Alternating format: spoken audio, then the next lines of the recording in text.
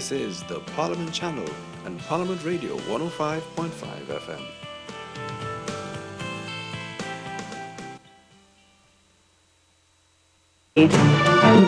Citizens, members of the public who are really engaged with the political process. How the monies are being spent, where can we save, and your role in all of this. A lot of it is sort of a bit dull and it's a bit boring, and there's also a lot of politicians who are fighting and calling each other names, and a lot of the time that means citizens just go, do you know what, I don't want anything to do with that. It's more a psychological shift as a people, I believe, in taking ownership of country. But at the end of the day, wherever you live, the quality of your hospitals or your schools or your roads, everything is determined by these politicians.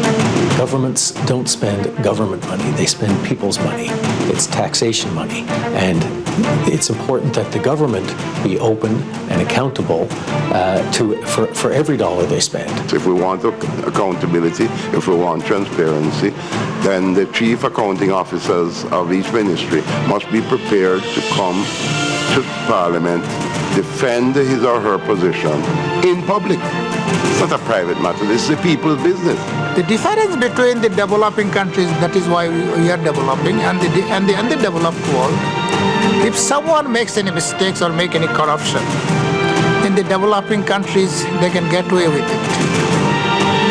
But if you look at the system in the OECD countries, nobody can get away with anything.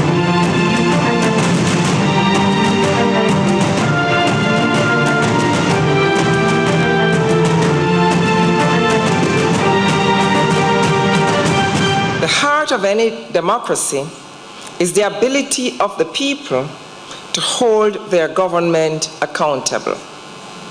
The soul of such a system is a machinery that allows citizens to see openly into the activities of their government and Parliament rather than permitting these processes to be cloaked in secrecy.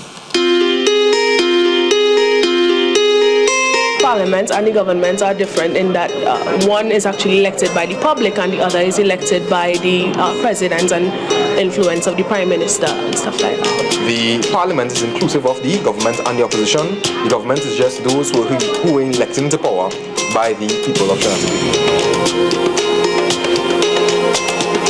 I think government, in essence, is the people who represent the party who has won the last election and are in fact the people who form the executive, who run, in essence, the government. Government does things. It comprises parties or party that says it's going to do a range of things for people. They vote that party in, and it fulfills its mandate. It fulfills its purpose by doing all the things it promised to do. Whereas the Parliament are all members who are selected at a general election and consists of the government members and the opposition members. In the Senate, you have three groups: people belonging to or supporting the ruling party, people belonging to the opposition, then you have independent senators, so people which have been selected because of their qualifications, because of their past work records and their anticipated contribution to the role of the functioning of the parliament.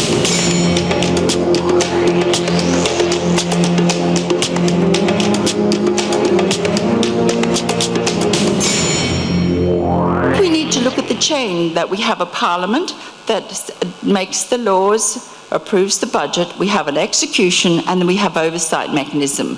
And surrounding that are the citizens. They're the ones to which ultimately all of those three key elements of the chain are accountable.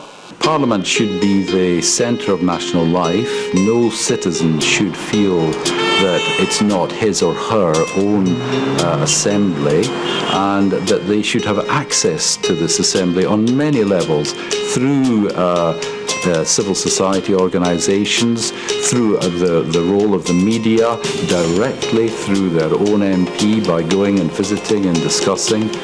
engagement through associations, through lobby groups.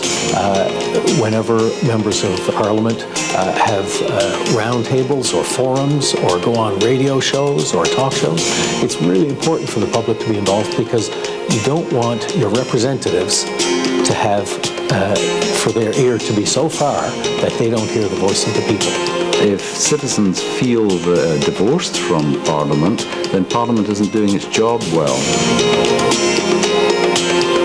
If the Parliament can discharge its constitutional responsibility to oversee the effective collection of revenue and then the effective spending of that revenue in a way that meets the expectations of constituents as well as the standards of good governance, then you start to see just why good governance is so key to good human development.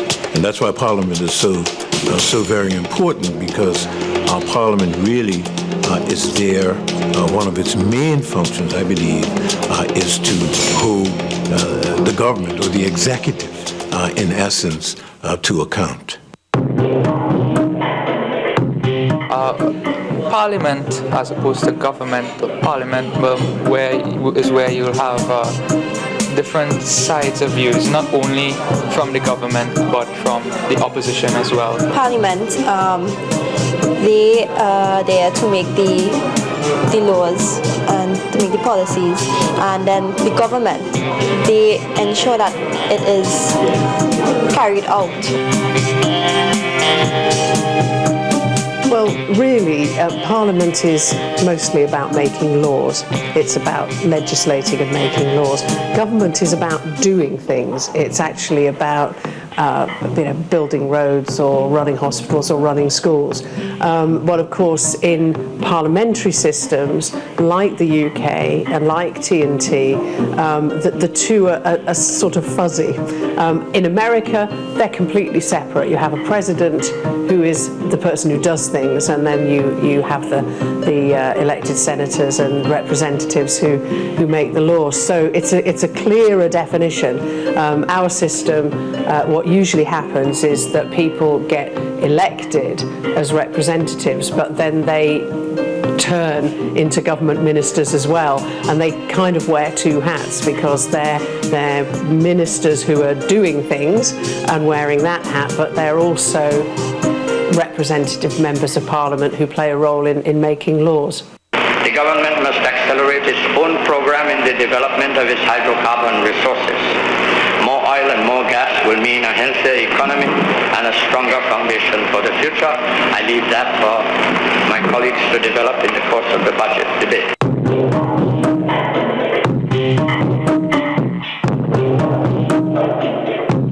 Good government ministers understand that they have a multiplicity of roles. They're MPs serving their constituents. After all, they're serving their party, they're serving the government, but they're also serving Parliament.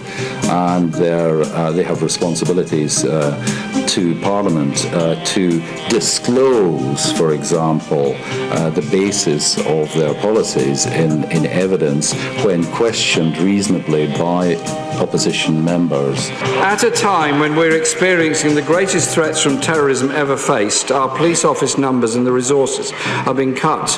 And he goes on to say, demands on the police have been increasing steadily as budgets are slashed, increasing stress on officers. Couple that with detrimental changes to their pay, terms, conditions and pensions. It's no wonder that morale in the police force is so poor that 1 in 3 are considering leaving the force. Will he be able to tell us whether or not this community policing and other police budgets are protected or not in next week's autumn statement? Minister. Let me tell him again, neighbourhood policing numbers have gone up by 3,800. In the capital city, we've seen a 500% increase in neighbourhood policing. We've also, because we've cut bureaucracy, put the equivalent of an extra 2,000 police on the streets. But I'll tell the Leader of the Opposition something. As well as wanting allocating resources, the police want the appropriate powers. And hasn't it come to something when the leader of Her Majesty's opposition thinks that the police, when confronted by a Kalashnikov-waving terrorist, isn't sure what the reaction should be? So that there's transparency there. So I think the problems arise when you've got perhaps a minister who doesn't understand that very well, or who cannot easily cope with all of these, juggling all of these balls. I see that in Trinidad and Tobago that there is a kind of tendency to say, yes, we have elections, but the candidates for elections actually don't expect to be member of parliament, they expect to be member of the government. And I think that there is an issue around giving value to the function of the member of parliament. Well, it's an essential ingredient to any democracy to have a fully representative parliament which is active in scrutinising the executive and the government of the day and making sure that our laws that are passed are properly examined and the actions of the government are properly monitored. And that's the role of an MP. Parliamentarians not only should be monitored alone, because you can't just monitor someone and say, okay, they did X, Y, and Z, but they should be held accountable for what they do, how they spend. If the budget allocated a certain amount of money toward you at the end of that budget year, you should be able to tell me how you used up that money, what you did with it, give me information, forms, show me the work you did. I want to see it, I don't just want to hear from it.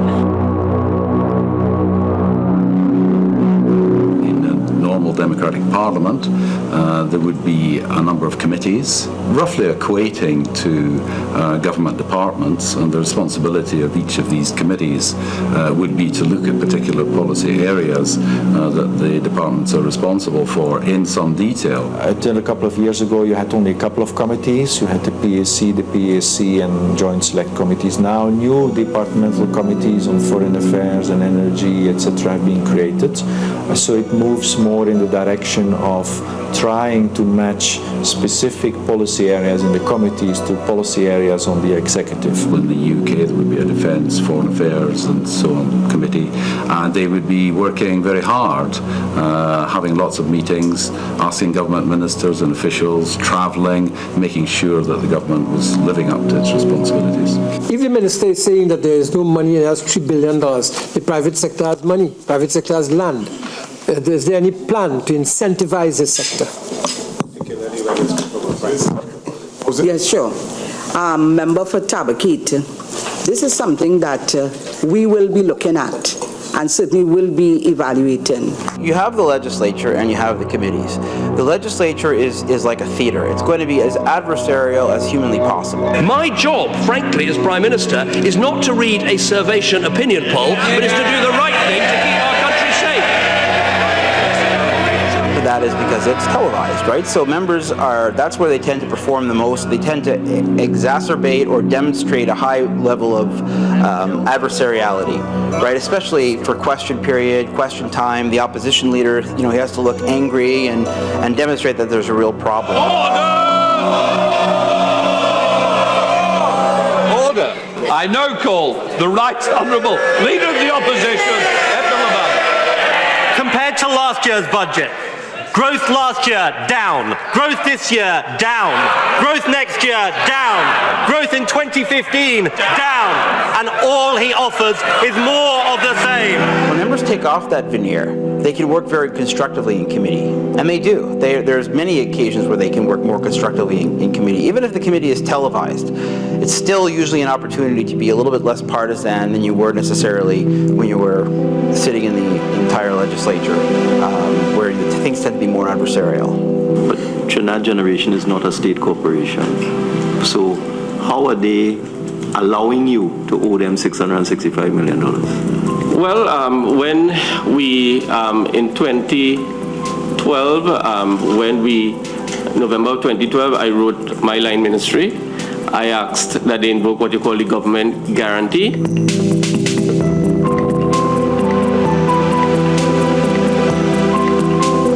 Madam Madam Speaker, I beg to move that the following 4 members be appointed to serve with an equal number from the Senate on the Joint Select Committee on Energy Affairs. Trinidad and Tobago has a parliament which consists of 2 chambers, the House of Representatives and the Senate.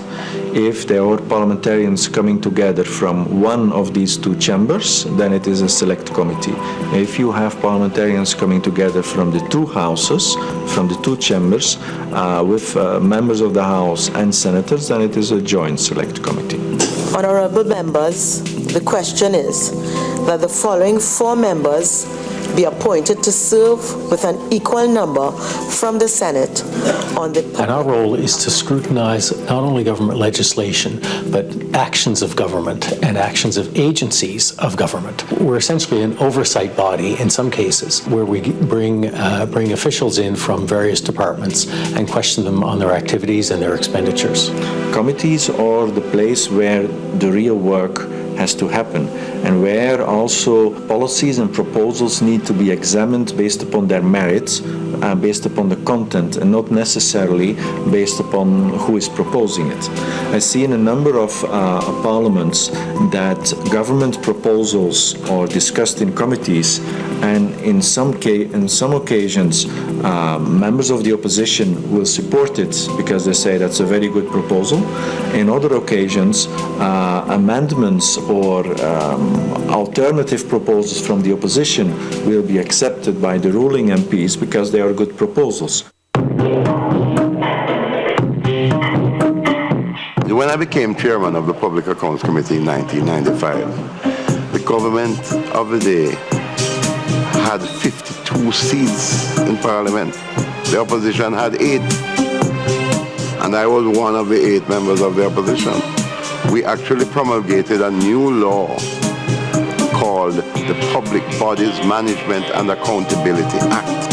And the reason for that is that I unearthed a situation in 1999. It was commonly referred to as the public sector salary scandal, where there was great unevenness across many public sector agencies in terms of how they allocated salaries to their chief senior executives. And because of the stridency of the opposition of the day, the government was obliged to create a new law called the Public Bodies Management and Accountability Act.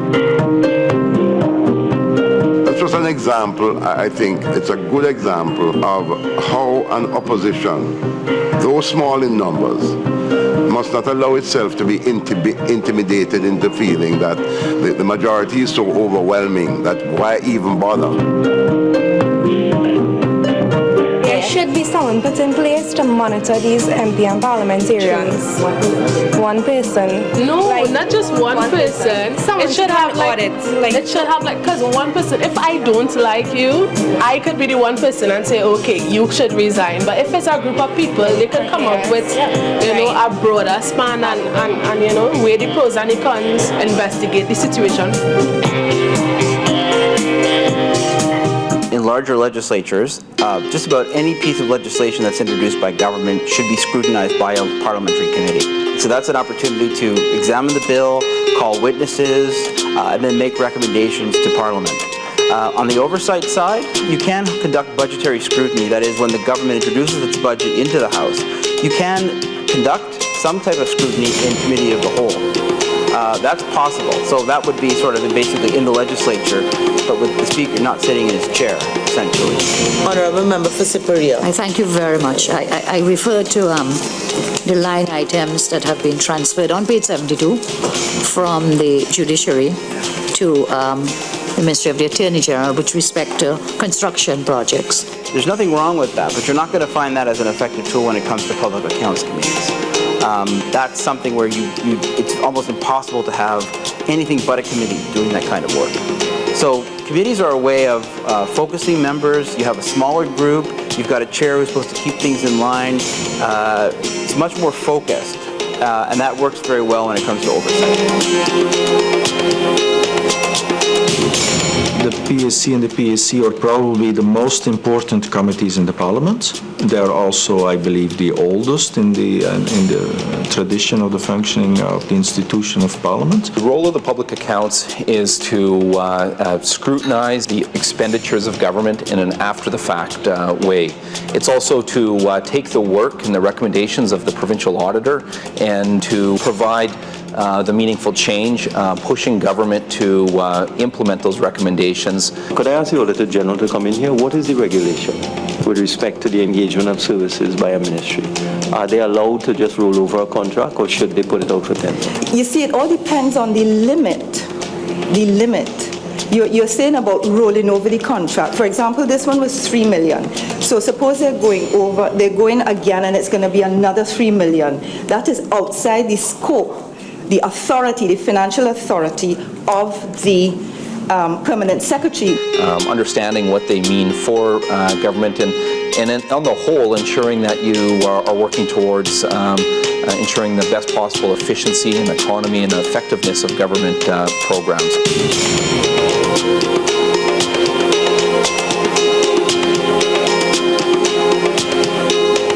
The job of the PAC is really an auditing job, because the auditor looks at the expenditure in a fiscal year, does the report at the end, presents it to us. So whatever comes up there is a retrospective view, and corrective action naturally can still be taken despite the retrospective nature of it. But that's the nature of the PAC.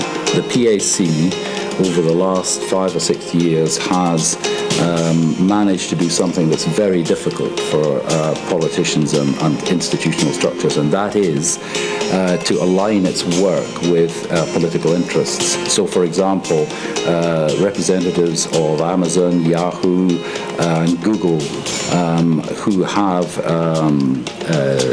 tax mitigation schemes, who run tax mitigation schemes, which mean in effect that they pay very little tax on the revenue they raise in the UK, were brought before PAC, named and shamed, and the result is that some of these organisations are going to pay 20% to 25% tax as from the next warehouses. Apologies, sorry, I thought I'd sort of Okay, so the bills are printed in the warehouses, which on the whole, because I buy English books, are in the UK, and I think I'm buying from a UK company.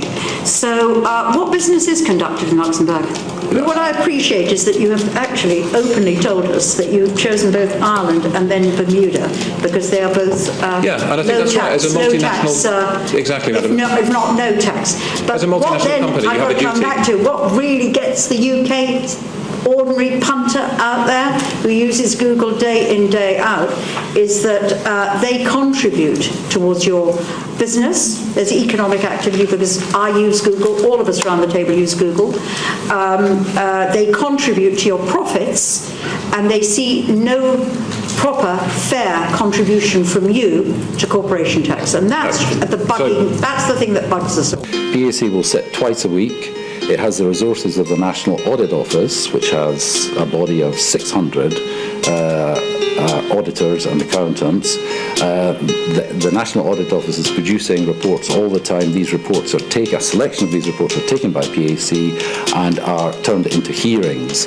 And the hearings are very lively, very tough, and people completely hate going in front of PAC because they get really roughed up. Common prerogatives of a good, well-functioning PAC, you want them to be able to summon documents, and when they summon documents, you want those documents to actually appear.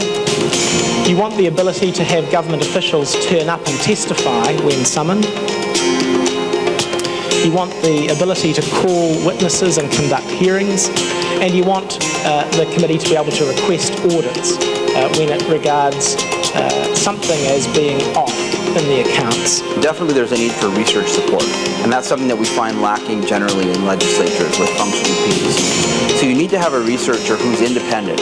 They're not part of the caucus, they don't have a political agenda, they work for the clerk's office or for the library, they're independent. And what are they doing? They're providing briefing notes for the PAC prior to the hearing to be able to explain what's going to be discussed at the hearing in a very coherent way that members, let's say they haven't had time to read the report, they've rushed back from their parish, their constituency, they haven't had a chance to look at the report. The researcher has prepared a very brief outline of what's covered in the report. Knowing how to write the committee reports, having the research researcher who's available to write the committee reports, conduct benchmarking, comparative research, all those kinds of things. That's one area that I think needs a lot of work.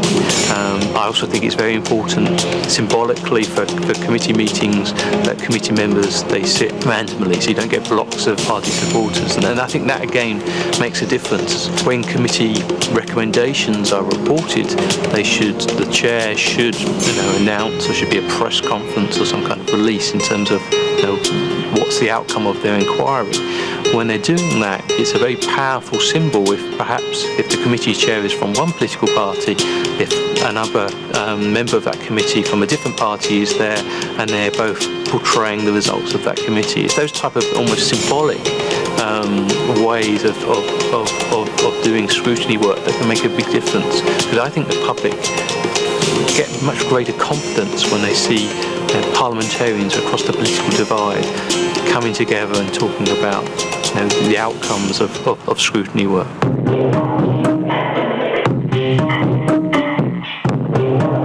When it comes to the Public Accounts Committee, that's just one of the mechanisms for holding the government to account. There's a lot of other ways, right? There's also the pre-budgetary scrutiny, that is looking at the budget before it's been passed. For example, looking at particular lines in the estimates and saying, why are you asking for a 10% increase in your budget from last year? What do you need the money for? So being able to better understand what the purpose of the budget is before it's being passed, I would say that's definitely an important one.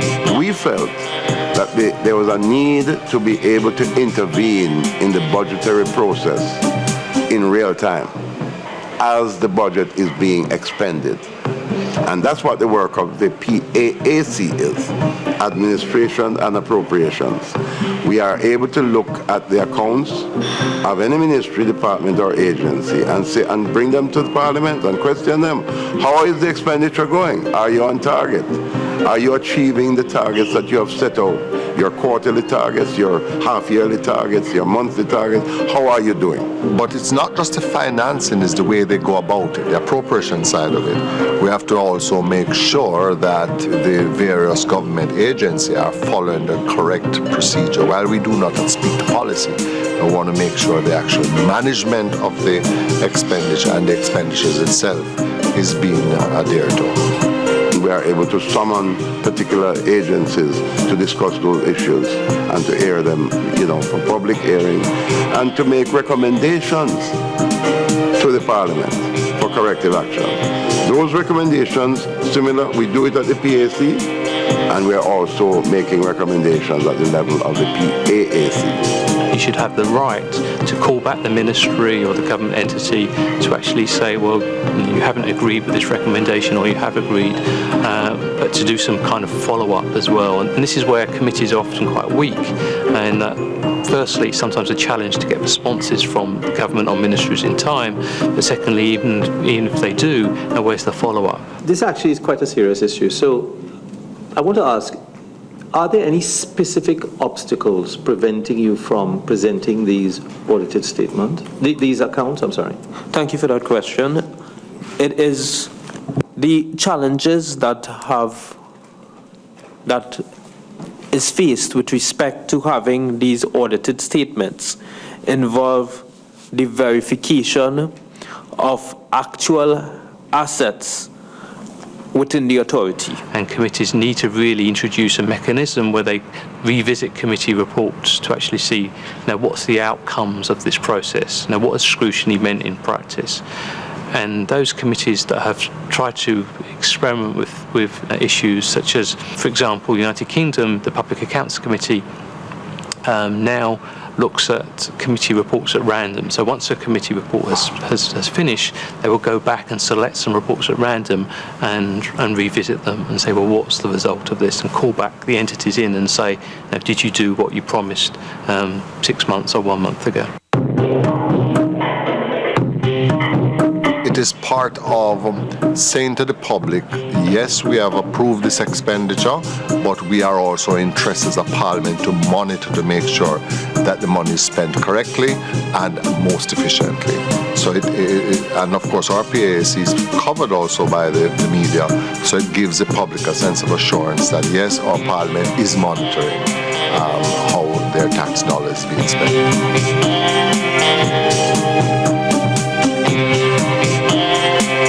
For most of the time, people are not interested in politics because they're interested in their own lives. They want the politicians to do their job so they can do their job and look after their families and so on and so forth. They don't have time to be interested.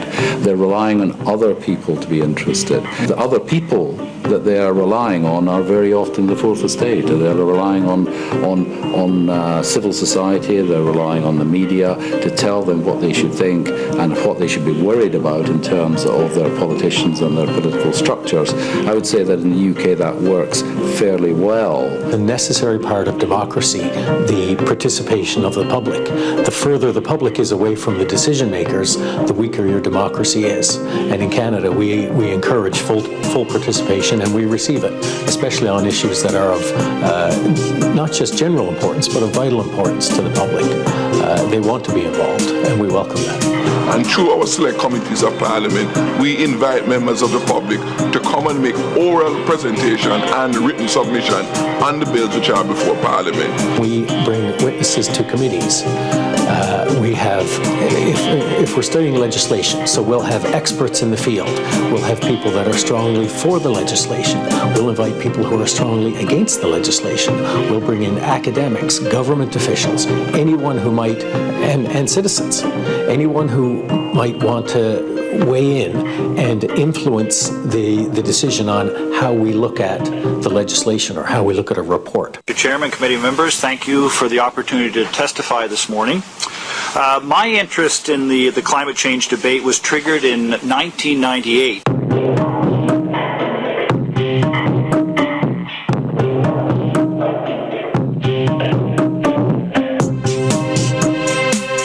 Public engagement is critical. And of course, you can't have everyone that lines up to become a witness, but we're very open in the breadth of experiences that we welcome into committees to become witnesses. Senators aren't supposed to be expert at the subject matter, so we require experts in the subject matter, and that would be the witnesses. The media should also feel that responsibility to the citizens of Trinidad and Tobago to, okay, if they know something is going on in the parliament or in the government, something that is not transparent, they should feel responsible enough to want to come and bring it forth to the citizens. Bank of Jamaica Governor Brian Winter continues to push financial institutions to cut interest rates. Mr. Winter made the case last week at his quarterly press briefing and continued to do so when he faced Parliament's Public Administration and Appropriations Committee PAAC today. I think beyond the courage of the opposition, right, and the commitment of the government to transparency is the role, I believe, of the press in also helping to shape the effectiveness of the Public Accounts Committee. And that role includes not just what they carry on primetime news, but actually it has evolved now where they actually carry the sessions live on the public broadcasting station. So we believe that this kind of transparency has actually helped in the process of accountability. A lot of agencies and permanent secretaries, they make sure they are diligent about responding to the queries of the Auditor General, because guess what? They don't want to appear before the committee and to be scrutinized in the public glare. It's a daunting experience appearing before the PAC, especially if you're the one in charge, because everything that a staff member does down the line that is incorrect, you have to answer. And when you answer to the parliamentarians, and you have to make sure that you answer correctly. The thing to do, though, is to answer or fix before the PAC. And if you fix properly, and if you answer properly, and if you satisfy the auditors, then you don't have to appear. But there are times when you have to appear nonetheless, and that is when it gets very daunting. A lot of the queries that the Auditor General has are being cleared up before before the PAC gets to it, because they don't want to appear before the PAC. So it's a kind of there's a fear. But sorry, we are humans, we smile a lot when we're interviewing our government servants. We are not really hostile. We just want the information, that's all. Are you saying it has taken almost 5 years to establish the physical assets of WASA? Your buildings, your wells, your pumps, 5 years? I think that the verification exercise, it deals with respect to the several assets that the authority owns. There's quite a bit of unevenness in how the different territories practice it. In fact, in some of the jurisdictions, they have a public accounts committee. They have a supreme auditor, like an auditor general, but that's about it. They've virtually admitted that in some of these jurisdictions, the public accounts committee is virtually non-existent. It doesn't function. It's not working. You have a public enterprise committee in Trinidad. That committee could be perhaps more proactive to review all the financial statement of your $20 billion investment. And they need to go beyond looking at the financial statement. There where the citizens will be interested. You invested $25 billion. Citizens will be really interested to look at what is the outcome of those $25 billion every year. So prepare a summary by the Ministry of Finance, the owner of these public enterprises, give it to the Parliament, have some deliberations on some of the issues, and bring all the misuses of public funds, if any, done in any public enterprises. Then everybody will be interested in front of your television channel to look at what is happening in those reports, you know? Parliamentary scrutiny is where you critique the members, well, parliamentarians, where you don't follow their opinions, where you actually ask questions, analyze their opinions, and think about what they said.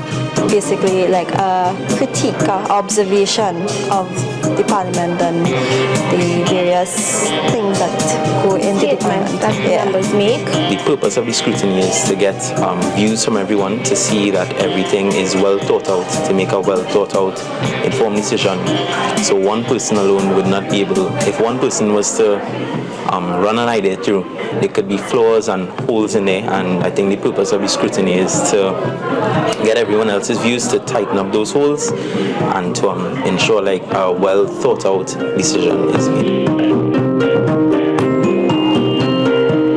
Often, particularly in developing countries, there's weak capacity to not only conduct scrutiny at the parliamentary level, but at the executive level to frame public accounts in an appropriate, comprehensible and constitutionally appropriate way. When we talk about legislative oversight, we need to think about legislative oversight not only in terms of fostering accountability, but accountability of who? And I think we need to think about it in terms of each of those elements of the chain has to be accountable. Often governments won't submit a budget in time. They won't provide detailed policy papers. The sync-up between the election cycle and the budget cycle in relevant years when there is an election is sometimes completely inappropriate as far as constitutional expectations for scrutiny are concerned. Best practice in some really well-functioning democracies requires a 3-month period to review the budget. And 3 months period means that there is 3 months from the time that the budget is introduced in Parliament until the final vote. During this period, individual MPs can study the budget, can ask questions, gather additional information. Committees can gather and give their opinion. That is not the case in Trinidad and Tobago. So far, the review of the budget is done in a much shorter period. There's often a problem with the government having a preponderance of members in the legislature, ministers serving on a Public Accounts Committee and therefore having difficulty in conducting any sort of objective scrutiny. Is it that the Ministry of Finance is just comfortable with them, so it did not decide to do any value for money audit or performance audit or bother to invite tenders to see if you could get a more competitive price? You're just happy with them and you just go with the flow? The contract just kept going but why? No, AG. No, but AG. I want the best with answer. Because I know, because there's some things I understand. I understand the constraints of the public officer, and I think we need to be fair to them. If I'm the Prime Minister or if I'm the Speaker, I'll not allow any of my ministers to be in any of the oversight committees. That's not wrong, but that's not good practice. A minister can't hold a minister to account. If I'm the Minister of Education and you're trying to hold the Minister of Finance to account, this is my buddy in cabinet. So what are you talking about here? So keep him out, keep those ministers out, allow the backbenchers to have the clear look. If a committee is concerned about an issue or wants to discuss about a particular department's policies, we can bring the minister to the committee and grill them, scrutinise them, question them, ask them all sorts of questions and put them on the spot. And that's the whole point of them, that they're there to keep a check and a balance on what governments are doing and what ministers are doing and how they're performing. So it's all about safeguarding resources, safeguarding the public, working directly with the independent auditor to do so, and then also acting independently as a public accounts to make sure that you're doing all you can to provide the scrutiny and oversight and make recommendations that are in the public's interest. The group of persons who are chosen to hold people accountable for their actions shouldn't just be for the government or for the opposition. They should be an independent set of people with a broad span of thinking. I would like it to be from both sides because you have a balance. Some people could be from one side, some could be from the other, and a few people independent.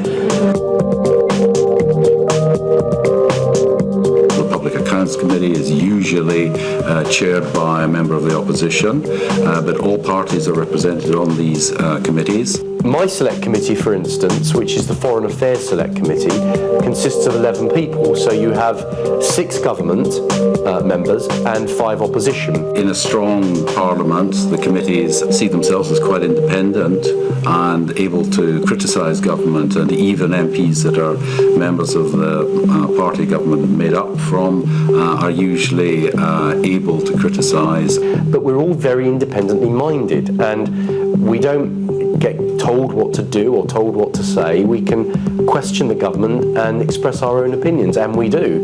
And that is the way of pinning ministers down. And, we shouldn't be afraid of upsetting or even embarrassing ministers on our own side. You can't be a minister or a shadow minister and be on a select committee. So at the end of the day, it is for backbenchers to scrutinise what the ministers are doing. So it has to be backbenchers. Certainly in the UK context, it would never happen. You would never get a minister as a member of select committee, and I think there are good reasons why that would be the case, because they're the people we're supposed to be scrutinising. So ministers are not members of committees at all because they have to answer to Parliament. You should take evidence from them. I think they should come before the committee. You should ask them questions, but I would find it difficult to accept them as a member.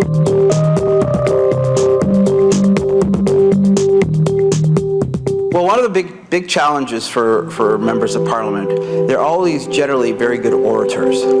So when it comes to being an effective member of a scrutiny committee, what you need to be doing is asking questions.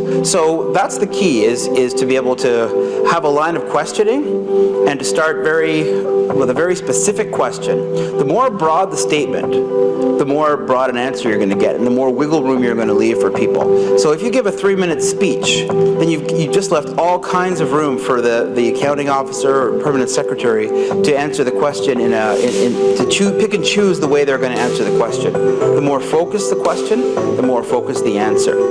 We don't elect experts, we elect generalists, and therefore what we have to do is find ways to equip them with the right expertise. So in some parliaments you have research units, departments. In other parliaments this is called a scrutiny unit, but in all cases it's the same function where specialized staff is actually set aside to research specific areas, to scrutinize policies and to make proposals from a very small 1 or 2 pages until more extensive studies which can go up to 100 pages in relation to specific areas. Yeah. One of the things about the Public Accounts Committee that I've always felt is that it kind of deals with things after they've happened. The horses are running around at 100 miles an hour, and now you were trying to deal with these issues and going back. And the challenges I've seen in some of the Caribbean countries wouldn't be much different from what I've seen in terms of PACs in other developing countries. The main problem is the nature of the reports. That is the kind of high-level information that parliamentarians need to know and can act on. Often there's problems with authority. The provisions of the standing orders or other documentation that govern the Public Accounts Committee's terms of reference may be out of date. One of the misconceptions sometimes around oversight is that is the saying that the opposition complains but the ruling party rules. I think that is not correct. Oversight is a responsibility for the whole Parliament, all members of Parliament, from the opposition, independent senators, as well as MPs from the ruling party. Those MPs which are really MPs, they have a responsibility for oversight.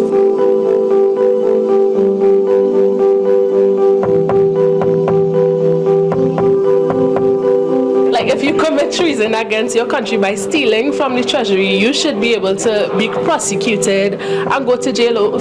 Hold the person accountable some sort of way, not just tell them, okay, sign a paper and tell me you resign. We can't give these people all this power and then not hold anybody accountable. Then, they're in charge of themselves. When you give anyone too much power, what happens, right? What I believe is that with the responsibility now, it would be that in Parliament, the way they conduct themselves, the views they represent should be those of the people. Personally, I believe more clarification should be given in the public eyes. Not every citizen will understand the parliamentary language then. They want things at their level. How do we go beyond just looking at the reports? There needs to be more of a response. Having legislative oversight which reviews audit reports or investigative reports or performance assessments, it needs to go beyond to say, well, did something happen as a result of us looking at that report? So this is the key. Is there follow-up? A Public Accounts Committee and an Auditor General and any other system that you have for oversight can only work if you have the political will and the commitment to transparency. Transparent promotes accountability because you could have the most perfect system, it could be so well executed, lovely budget, but if nobody knows about it, then nobody's accountable for did it deliver what it was intended to do. Transparency is crucial. The public demand that committees need to be not just open and televised, that committees themselves need to be transparent in terms of the way that they've done business. I like the practice that's taken place in some parliaments where they produce legacy reports at the end of a parliament. Committees should look back and see, well, what have we actually achieved as a committee, and they should report to that. They should report to the people in terms of, we as your representatives, we have done this over the last 4 or 5 years, we've achieved this, these are the issues we've uncovered.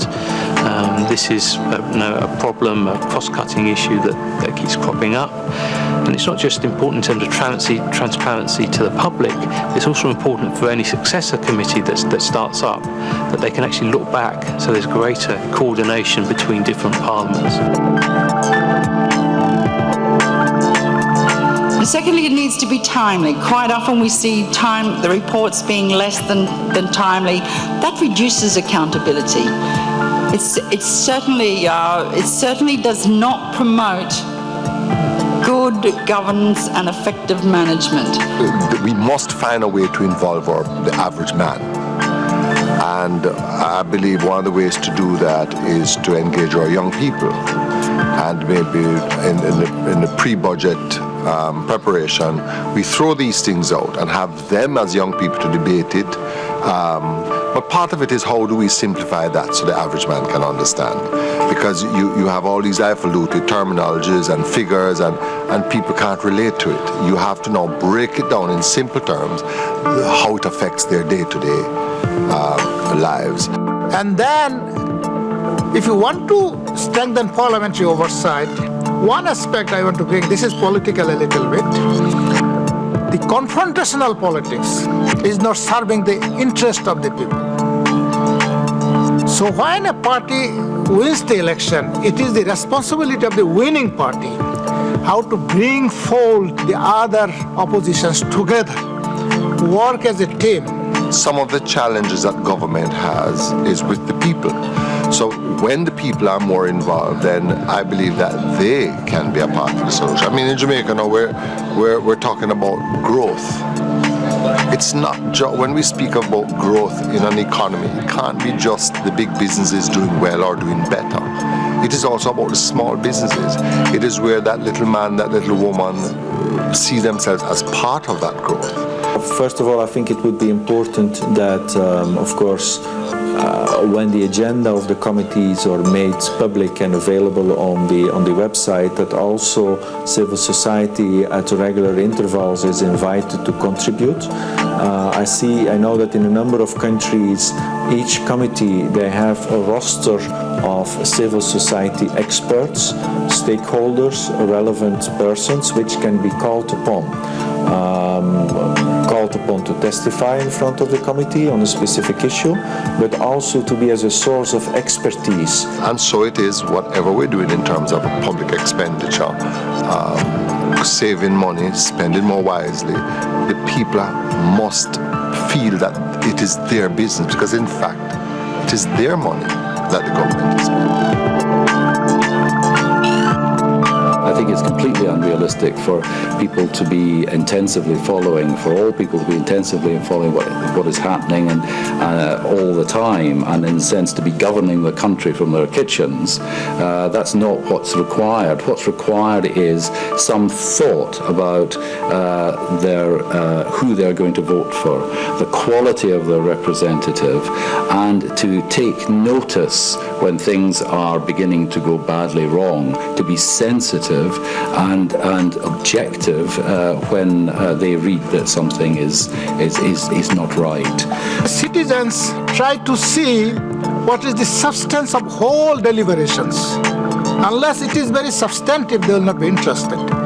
I always advise the Auditor General, it is good that you are submitting thousands of pages audit report to the Parliament, but give me 50 pages. 10 major cases, those should be discussed under camera, and decisions will be taken, and decisions will be implemented immediately, and people will know who are the people penalized for misusing 5 million, 10 million, or 5 million. My feeling is that going forward, as Trinidad is one of the leader of the economic development in the Caribbean, I think as a government, both and also the opposition should look at what are the good practices around the world. You look at what you are doing, then you look around what are the good practices. Can you adapt it, learn from them, and develop the society? And that is leadership.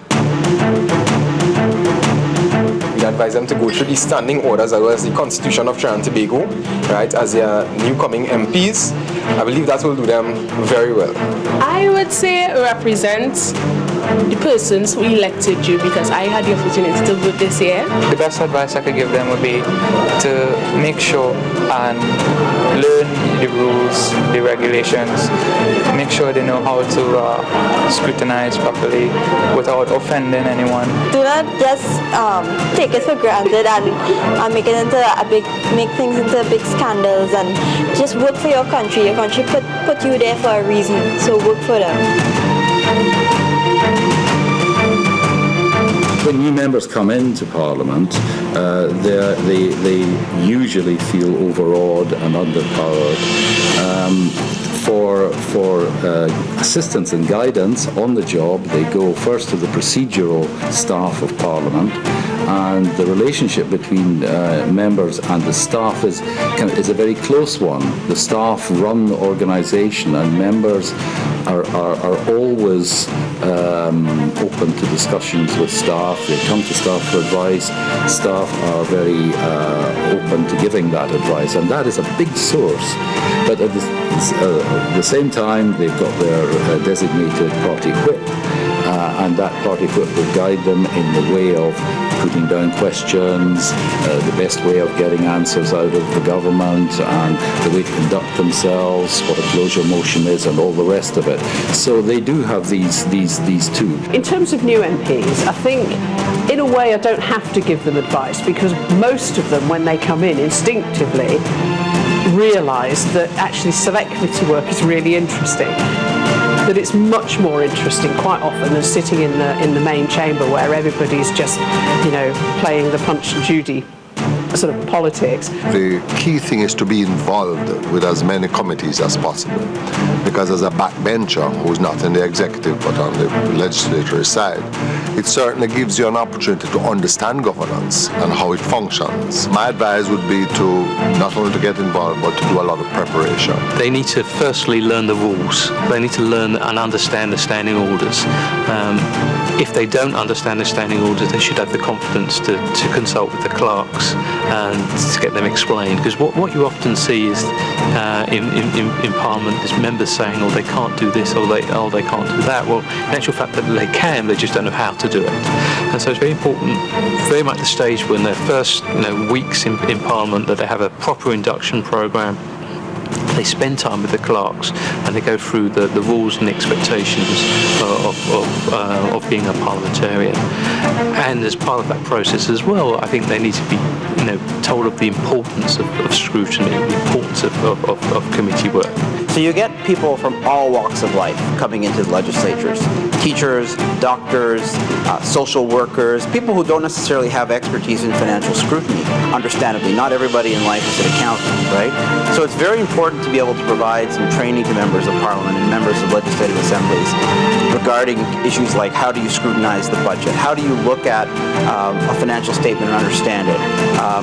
When the budget is introduced in the legislature, how do you ask questions about the budget? When you have the minister or the deputy minister of a particular department there, what documents should you be using to get ready for that hearing? All those kinds of questions are very, very important. Similarly, after the budget has been expended and you've got the Auditor General's report that's come out, right? And you've got the deputy minister of the particular department. What kind of questions should you be asking the deputy minister? How do you hold the government to account? My advice to anybody coming in is try and keep the politics out of it, try and keep it issue-based, and actually you'll enjoy it more as a member, but you'll be way more effective in terms of the service that you provide to your citizens and actually to government, because sometimes governments do need to be told what isn't working, even if they don't want to hear it.